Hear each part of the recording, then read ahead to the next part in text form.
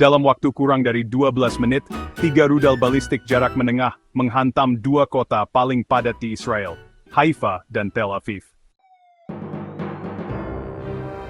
Rudal pertama menghantam distrik Neve Sha'anan, Haifa, menimpa kawasan padat hunian menengah.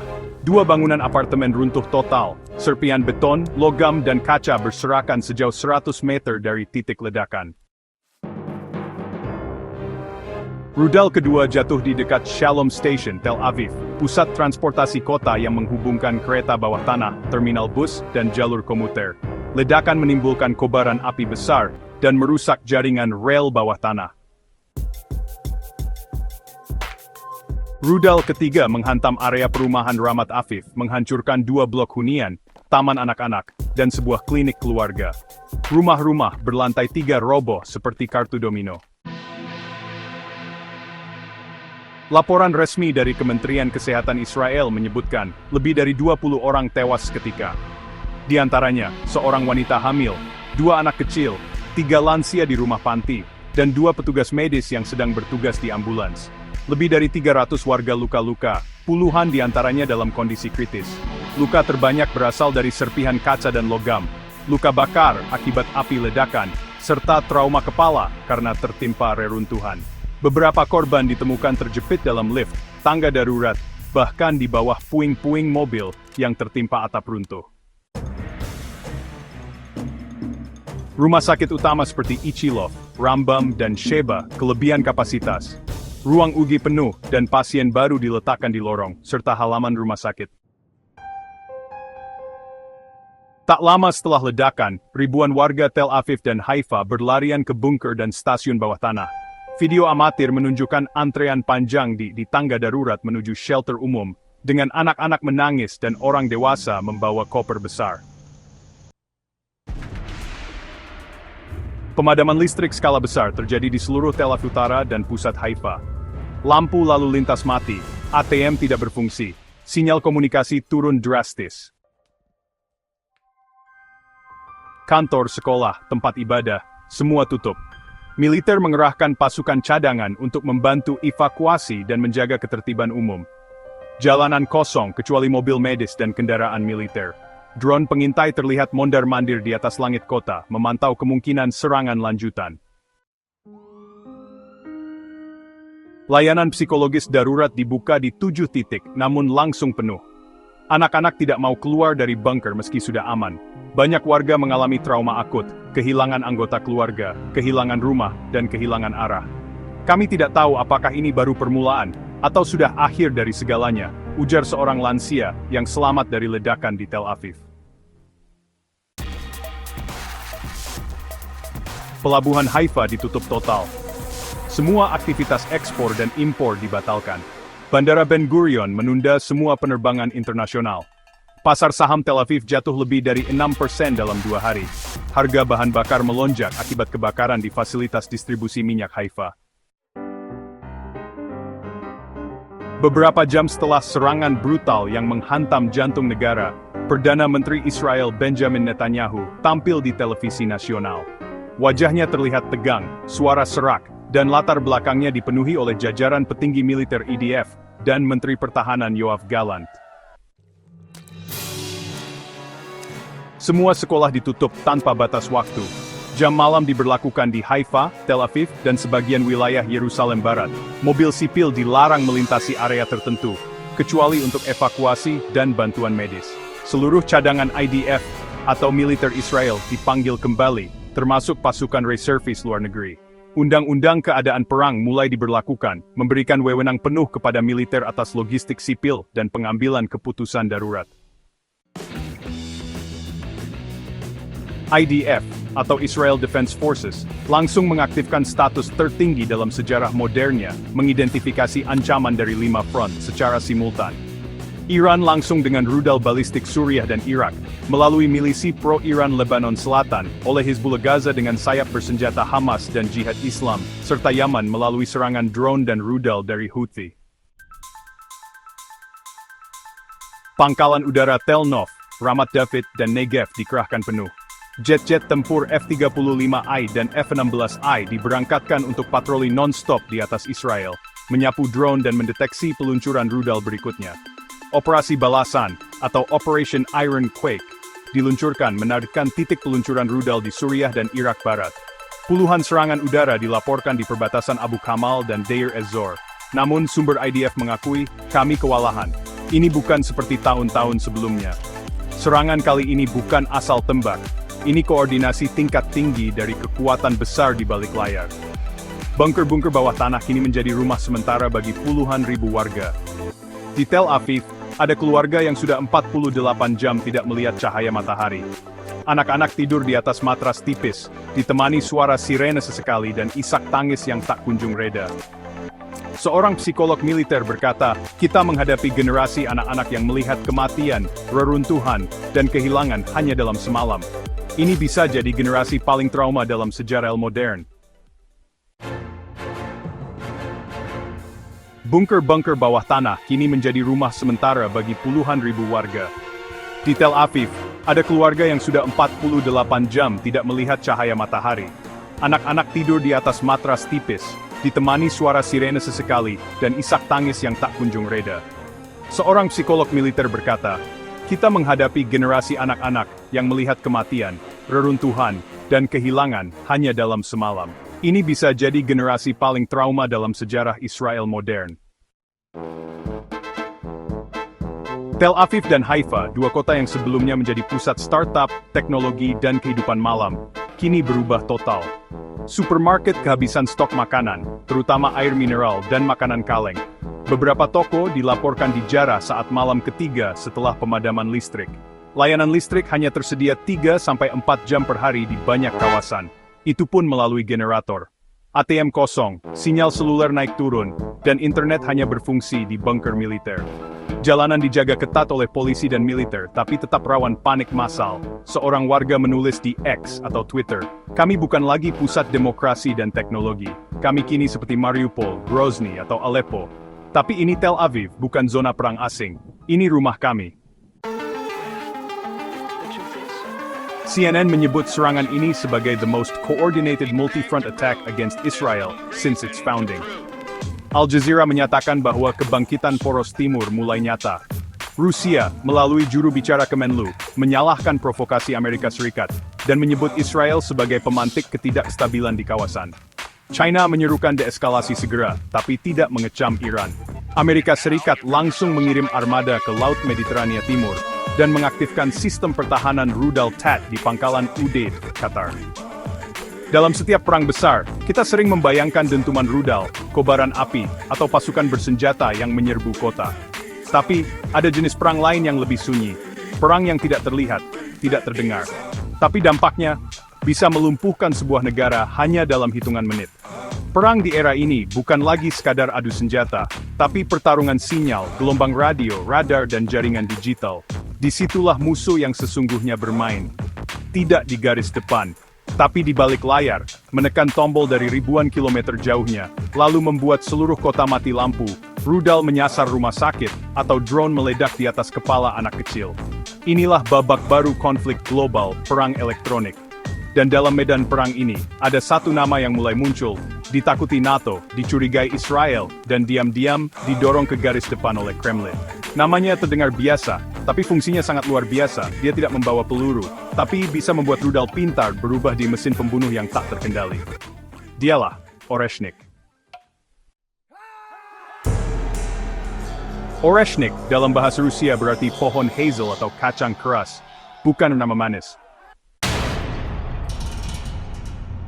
Secara teknis, Oreshnik adalah bagian dari sistem REO, atau Radio Electronic Warfare, Rusia generasi ketiga. Terperkenalnya Mersold biasa. Oreshnik tidak hanya berdiri sendiri, ia biasanya dipasang pada kapal perang kelas Admiral Gorshkov di Laut Mediterania atau Baltik, pesawat Intai Tu-2 Suprembus Air dan Il-20M, atau truk radar besar yang tersebar di pangkalan Rusia di Suriah dan Crimea. Artinya, jika Oreshnik benar-benar dikerahkan ke Suriah atau Laut Mediterania Timur, maka seluruh Israel, Qatar, Yordania, bahkan sebagian Arab Saudi bisa masuk dalam jangkauan efeknya. Ini bukan sinyal netral. Ini adalah deklarasi keterlibatan teknologi. karena Rusia tahu mereka tidak bisa secara langsung ikut dalam serangan rudal terhadap Israel tanpa memicu kecaman global.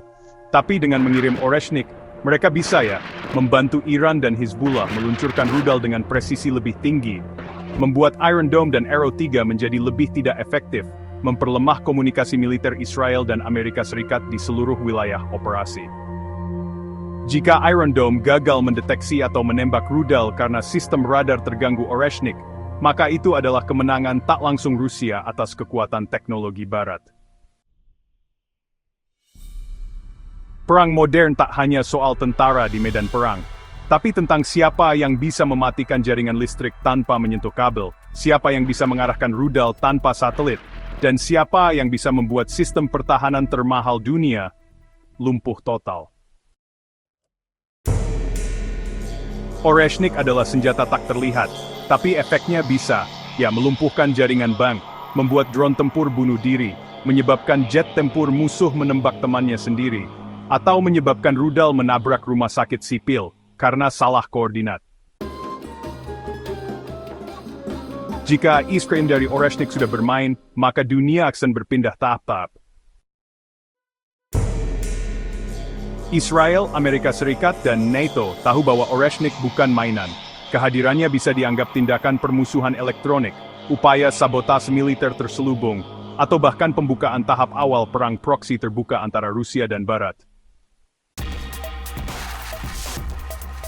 Ini bukan lagi hanya tentang rudal Iran, ini tentang medan perang baru, di mana Rusia membuka pintu teknologi untuk menghancurkan dominasi Barat, tanpa harus menembakkan peluru. Banyak perang dimulai dengan tembakan. Namun sebagian perang dimenangkan atau dikalahkan oleh mereka yang lebih dahulu mematikan radar, menjatuhkan sinyal, dan membutakan musuh, bahkan sebelum peluru pertama ditembakkan. Dalam konflik Israel-Iran yang kian memanas, isu baru mulai muncul dalam laporan satelit intelijen, pergerakan sistem perang elektronik Rusia bernama Oreshnik di sekitar Suriah dan Mediterania Timur.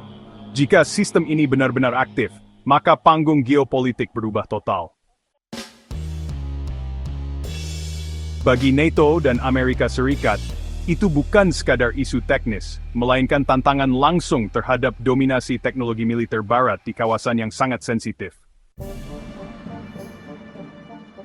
Peta strategis. Kenapa Timur Tengah begitu krusial? Wilayah Timur Tengah, terutama zona antara Israel, Suriah, Irak, Iran, dan Yordania, adalah tempat bertemunya kepentingan empat kutub besar. Israel sebagai sekutu strategis Amerika Serikat, Iran sebagai musuh utama Amerika Serikat, dan aliansi Barat di kawasan, Rusia sebagai pemain agresif dalam konflik proksi, serta Amerika Serikat dan NATO sebagai penjaga status quo geopolitik dan energi.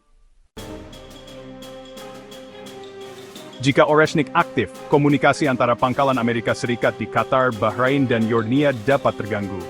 Sistem pelacakan rudal NATO menjadi rentan. Operasi drone dan pengintaian digital juga bisa lumpuh. Poin paling mengkhawatirkan di sini adalah, Oreshnik bisa membuat rudal berpemandu presisi menjadi buta, baik itu milik Israel, Amerika Serikat, maupun NATO. Nah, Amerika memiliki satelit militer seperti KH-11, S-Bears, dan Milstar, yang bisa mendeteksi aktivitas elektromagnetik tinggi untuk deteksi dan peringatan awal. Komando Pusat Amerika Serikat atau CENTCOM di Tampa, Florida, akan langsung mengeluarkan protokol peringatan zona merah. Jika Anda membutakan kami akan menyalakan seluruh langit dengan respons. Begitu kata seorang petinggi CENTCOM yang memilih anonim. Nah, di tengah eskalasi ini, NSA lewat Cyber Command dan Mossad dari Israel, mereka punya kemampuan buat menyusup ke sistem Oreshnik bahkan menyisipkan malware tingkat tinggi di dalamnya. Kalau kita lihat sejarah, serangan Stuxnet ke fasilitas nuklir Iran pada tahun 2010 itu sebenarnya bisa aja direplikasi ke sistem militer digital Rusia di Suriah. Jadi, respons dari NATO, terutama di Balkan, Siprus dan Timur Eropa, meskipun mereka nggak terlibat langsung di semua konflik Timur Tengah, aktivasi Oreshnik bakal bikin mereka benar-benar waspada dan siap-siap. Selanjutnya, ada rotasi pasukan ke Siprus dan Yunani. Pangkalan RAF Akrotiri di Siprus bakal diperkuat, sistem AWACS I-3 Sentry, dan pesawat tempur Typhoon juga akan ditambah. Nggak cuma itu, secara defensif, NATO akan mengerahkan NCI Agency, yaitu NATO Communications and Information, untuk memasang perlindungan jaringan militer di seluruh pangkalan, mulai dari Naples sampai Incirlik. Dan terakhir, dari sisi politik, Sekjen NATO akan mengeluarkan pernyataan resmi bahwa segala bentuk campur tangan elektromagnetik terhadap infrastruktur NATO bakal dianggap sebagai provokasi dan pelanggaran piagam internasional. Jadi, ini benar-benar jadi peringatan keras ke Rusia ya. Ini semacam garis merah lunak yang memberi ruang untuk tindakan keras jika diperlukan. Dilema Barat sekarang adalah antara merespons atau memicu eskalasi. Satu hal yang harus diingat, Oreshnik bukan rudal, bukan bom, tapi sinyal. Dan menyerang sinyal bukanlah hal yang mudah untuk dipertanggungjawabkan secara diplomatik. Jika Amerika Serikat dan NATO menyerang lokasi Oreshnik di Suriah, maka itu bisa saja dianggap Rusia sebagai serangan terhadap pasukannya sendiri. Namun, jika dibiarkan, Oreshnik bisa saja menyabotase operasi militer Israel dan Amerika Serikat, membuka jalur kemenangan teknologi bagi Iran, dan membalik dominasi Barat di Timur Tengah. Jadi pertanyaannya sekarang adalah, kapan Barat akan memutuskan bahwa sinyal? Israel, ya, dikenal sebagai negara dengan sistem pertahanan udara paling canggih di dunia. Selama lebih dari 1 dekade, mereka telah mempertahankan reputasi ini dengan teknologi mutakhir yang, benar-benar mengesankan. Iron Dome, misalnya, dirancang khusus untuk menembak jatuh roket jarak pendek dan mortir dengan efisiensi lebih dari 90%. Lalu ada David Sling, yang digunakan untuk menghadapi ancaman menengah seperti rudal balistik taktis. Sedangkan Arrow 2 dan Arrow 3 ditujukan untuk menghadapi rudal balistik antar benua dan bahkan ancaman nuklir. Semua sistem ini terhubung ke jaringan radar ALM-284 dan Super Green Pine yang terus-menerus mengamati langit, menjangkau ratusan kilometer. Namun, dalam konflik terakhir, sistem ini harus menghadapi lawan yang tidak kasat mata, Oreshnik, yaitu sistem peperangan elektronik milik Rusia. Kapan sih teknologi canggih mulai gagal? Pada malam serangan 420 rudal dan ratusan drone ke Israel, Iron Dome dilaporkan hanya berhasil mencegat sekitar 62-68% rudal. Padahal, biasanya efektivitasnya itu di atas 90%. Itu benar-benar anjlok drastis, ya. Radar-radar Israel di beberapa lokasi, gagal mengunci koordinat presisi peluncuran rudal. Beberapa misil balistik bahkan berhasil lolos dan menghantam, antara lain Marina Tower di Tel Aviv, Rehovot dan Bat Yam, serta instalasi militer di Haifa dan Galilea. Para analis mulai mencurigai satu hal, apakah Israel sedang dibutakan dari dalam langit? Beginilah Oreshnik menyusup dan membungkam mata Israel. Sistem Oreshnik ini bekerja bukan dengan menghancurkan fisik sistem radar, tapi dengan menyusup ke dalam komunikasi dan membanjiri spektrum elektromagnetik yang digunakan radar dan pelacak rudal. Cara kerjanya ya, mengganggu jalur komunikasi antara radar dan peluncur rudal. Sistem ini juga mengirim false echo atau sinyal palsu, yang menciptakan ribuan target fiktif. Selain itu, memalsukan koordinat musuh, sehingga Iron Dome bisa salah target. Arrow 3, senjata anti-nuklir yang kehilangan arah. Arrow 3 ini sebenarnya dirancang untuk menembak jatuh rudal balistik jarak jauh, bahkan di luar atmosfer loh. Tapi sistem ini benar-benar bergantung pada beberapa faktor penting. Tapi, semua itu sepenuhnya bergantung pada konektivitas dan sinyal yang bersih. Dengan Oreshnik memancarkan sinyal ultra kuat dari pangkalan Tartus atau kapal di Laut Mediterania, radar dan sinyal GPS jadi tidak bisa diandalkan lagi. Jika kondisi ini dibiarkan, Iron Dome akan menjadi peluncur mahal yang buta. David Sling tidak akan bisa mengunci target. Arrow 3 akan gagal menangkal rudal Shihab 5 atau Khorramshahr yang membawa hulu ledak nuklir mini. Israel tidak akan punya sistem pertahanan udara aktif yang berfungsi saat dibutuhkan. Dan bila ini diketahui oleh musuh-musuh Israel, maka kemungkinan serangan lanjutan, bahkan serangan nuklir taktis terbatas, bisa menjadi realitas yang sangat mungkin terjadi. Selama ini warga Israel hidup dalam persepsi bahwa Iron Dome adalah perisai sakral, tapi saat ratusan rudal menghantam kota dan sistem pertahanan gagal, warga tidak percaya lagi pada sirene, bunker-bunker penuh, tapi tetap tidak cukup aman.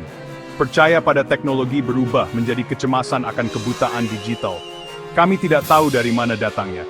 Kami hanya dengar ledakan. Tidak ada peringatan. Tidak ada pencegahan, ujar seorang warga Bat-Yam. Konflik ini membuka mata dunia dan Israel sendiri, bahwa bahkan sistem pertahanan tercanggih pun tidak kebal terhadap peperangan elektronik. Dominasi teknologi barat kini ditantang oleh tangan tak terlihat dari timur. Oreshnik, sistem yang dulu tidak dianggap ancaman, kini menjadi game changer dalam konflik yang melibatkan kekuatan global. Saat rudal ditembakkan, semua orang melihat ke langit. Tapi saat sinyal dibungkam, siapapun tak bisa melihat apa-apa. Dan itulah yang membuat Oreshnik sangat berbahaya. Apa yang terjadi jika Israel kehilangan dominasi udara? Ketika langit bukan lagi milikmu, daratan menjadi kuburan massal. Dominasi udara, ini adalah pilar pertahanan Israel. Sejak Perang 6 Hari tahun 1967, keberhasilan militer Israel tidak pernah bisa dilepaskan dari dominasi mutlak atas langit. Serangan preemptif Angkatan Udara Israel atau IAF mampu menghancurkan Angkatan Udara Arab dalam hitungan jam. Jet-jet F-16I Sufa, F-15I Ra'am, dan kini F-35I Adir selalu bisa terbang tanpa lawan berarti. Namun, kini keadaan berubah. Ratusan rudal, drone dan kemungkinan gangguan dari Oreshnik telah menciptakan celah besar dalam kekuatan udara Israel. Apa artinya jika Israel kehilangan supremasi udara? Berikut skenarionya yang sedang berlangsung atau berpotensi terjadi. Tanpa superioritas udara, Israel tidak bisa lagi secara cepat menghancurkan lokasi peluncuran rudal milik Hizbullah, IRGC, Houthi, atau Hamas. Rudal terus masuk dari 5 arah, Lebanon, Suriah, Irak, Gaza, dan Yaman. Setiap menit, sistem pertahanan dipaksa bekerja keras, tanpa bisa menyerang balik dengan efektif. Drone Iran dan Hizbullah mulai berani masuk lebih dalam ke wilayah Israel. Beberapa dari mereka bukan hanya pengintai, tapi kamikaze drone, mencari sasaran bernilai tinggi seperti pangkalan militer dan pusat komando. Jika Israel tidak bisa mengontrol langit, setiap jalan raya dan pangkalan bisa jadi target serangan dari udara.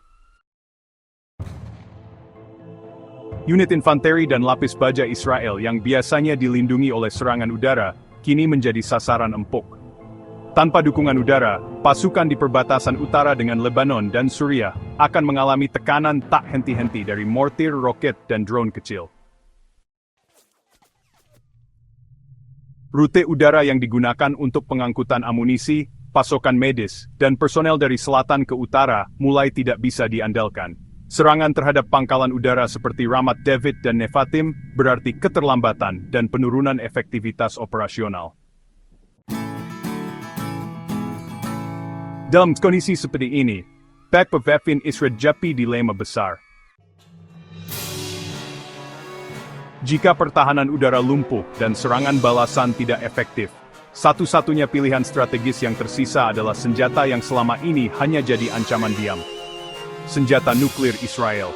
Israel tidak pernah secara resmi mengakui kepemilikan senjata nuklir, tapi dunia tahu bahwa Dimona menyimpan senjata terakhir.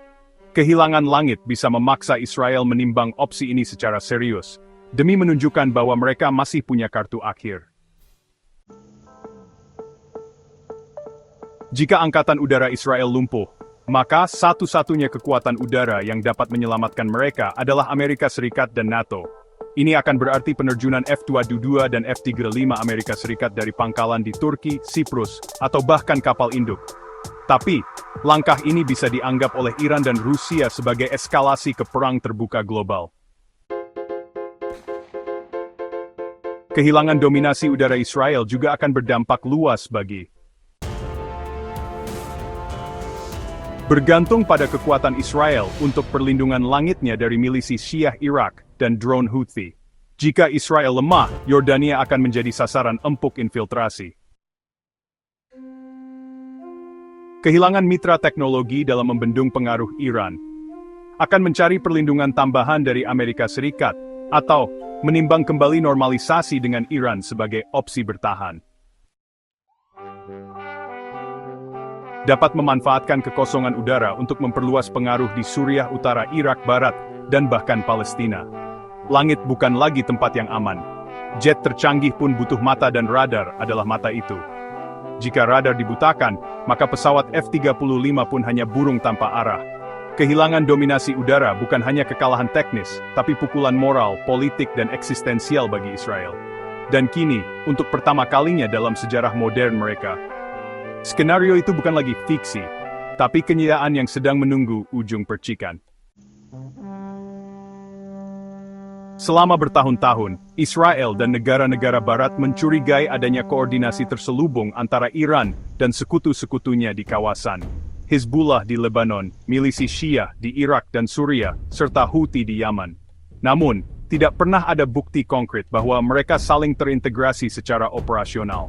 Itu berubah pada malam ketika lebih dari 420 rudal dan ratusan drone ditembakkan dalam waktu yang hampir bersamaan dari 5 arah berbeda. Untuk pertama kalinya, dunia menyadari, ini bukan serangan terpisah.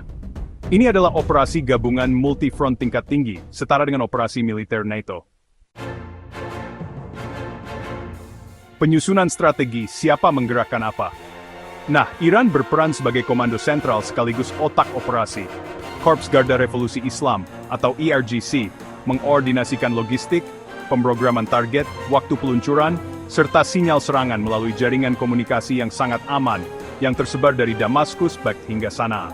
Selain itu, Iran juga menyediakan rudal balistik jarak jauh, seperti Fatah dan Khorramshahr, teknologi navigasi drone, seperti Shahed 136 dan Mohajer 6, serta sistem anti-jamming dan radar berbasis Rusia-Iran. Hizbullah melancarkan serangan dari Lebanon Selatan dengan menggunakan rudal Fateh 110 dan drone kamikaze. Target utama mereka adalah wilayah Haifa, Kiryat Shmona, dan Pangkalan Udara Meron. Milisi Hizbullah juga beroperasi dengan doktrin militer hybrid, yaitu mengombinasikan tembakan rudal, sabotas darat, dan penyusupan pasukan kecil. Wilayah Aleppo, Homs, dan Latakia dimanfaatkan sebagai landasan peluncuran rudal dan drone. Jaringan radar Rusia di Tartus dan Khmeimim sangat membantu dalam pemetaan awal koordinat target. Selain itu, unit pengintai elektronik Suriah juga mendukung dengan menyebarkan sinyal palsu ke radar Israel. Kelompok Hashd al-Sha'abi dan Kataib Hezbollah meluncurkan rudal Zolfaghar dari Anbar dan Nineveh. Target mereka adalah basis IDF di Yerusalem Timur, dan juga pangkalan rahasia Amerika Serikat di selatan Israel. Milisi ini mereka juga menyusupkan pasukan ke Yordania Utara untuk melakukan sabotase jalur suplai Israel. Menyerang dari Yaman Utara menggunakan drone buatan Iran dan rudal jarak menengah, seperti Badr dan Burkan. Mereka menargetkan Eilat dan Negev serta pelabuhan Laut Merah. Beberapa drone bahkan dilaporkan masuk lewat wilayah laut yang sangat luas, yang akhirnya membingungkan sistem radar Israel yang fokus ke utara. Waktu yang dipilih bukan kebetulan Serangan terjadi saat sebagian besar pasukan IDF sedang berotasi shift. Sistem radar dan pertahanan sedang dalam mode pemeliharaan berkala. Hari Sabtu malam, hari Sabat, saat aktivitas sipil dan militer minimal, dan lalu lintas udara padat dengan penerbangan internasional, membuat deteksi awal menjadi, agak ambigu. Koordinasi waktu ini jelas menunjukkan kecerdikan strategis yang tinggi dan akses intelijen dalam terhadap rutinitas militer Israel. Hasil serangan ketika 5 front berbicara dengan satu suara. Kerusakan langsung, 3 fasilitas militer utama Israel rusak berat. Dua pusat logistik IDF di Negev dan Galilea hancur. Bandara Ben Gurion sempat ditutup selama 12 jam. Listrik padam di Haifa, Bat Yam, dan Tel Aviv Selatan. Respons Israel? Kewalahan, sistem pertahanan udara tidak cukup cepat untuk menyaring serangan beruntun. Butuh waktu hampir 9 jam untuk IDF mengklasifikasikan semua titik peluncuran. Upaya balasan juga terhambat oleh kaburnya peluncur rudal setelah digunakan, atau yang dikenal dengan shoot and scoot tactics. Efek politiknya, Israel menuduh Iran dan poros perlawanan melakukan deklarasi perang terselubung. Amerika Serikat secara terbuka mengaktifkan status DEFCON 3 untuk wilayah CENTCOM. Rusia, China, dan Pakistan dilaporkan menolak mengecam Iran secara resmi. Buka celah aliansi baru. Koordinasi simultan mirip NATO, tapi dari timur. Koordinasi antara 5 front ini disebut oleh analis barat sebagai sebuah NATO timur, tanpa nama resmi, tapi dengan efektivitas militer yang mengerikan. Faktor keberhasilannya antara lain, sistem komunikasi terenkripsi berbasis satelit Iran-Rusia, pembagian zona serangan ke utara, timur, dan selatan, penyesuaian jenis rudal untuk setiap target, baik itu presisi, cluster, maupun drone swarm, serta pemetaan GPS dan radar berdasarkan data Rusia dan China. Banyak analis percaya Oreshnik digunakan untuk menyinkronkan gelombang elektromagnetik antar komando, sehingga membuat jalur komunikasi MUS benar-benar terisolasi. Kesimpulannya, dunia telah melihat aliansi baru beraksi, dan ia benar-benar efektif. Ini bukan sekadar kelompok bersenjata yang menyerang bersama. Ini adalah poros anti-barat yang kini memiliki komando terintegrasi, amunisi presisi tinggi, dukungan teknologi dari 2 negara nuklir, yaitu Rusia dan China, serta tekad kolektif untuk menghancurkan dominasi Israel di kawasan. Aliansi ini tidak perlu mendeklarasikan eksistensinya secara formal. Tindakan mereka sudah cukup sebagai deklarasi. Dan malam ketika 420 rudal jatuh ke Israel, itulah hari lahir tidak resminya NATO dari timur.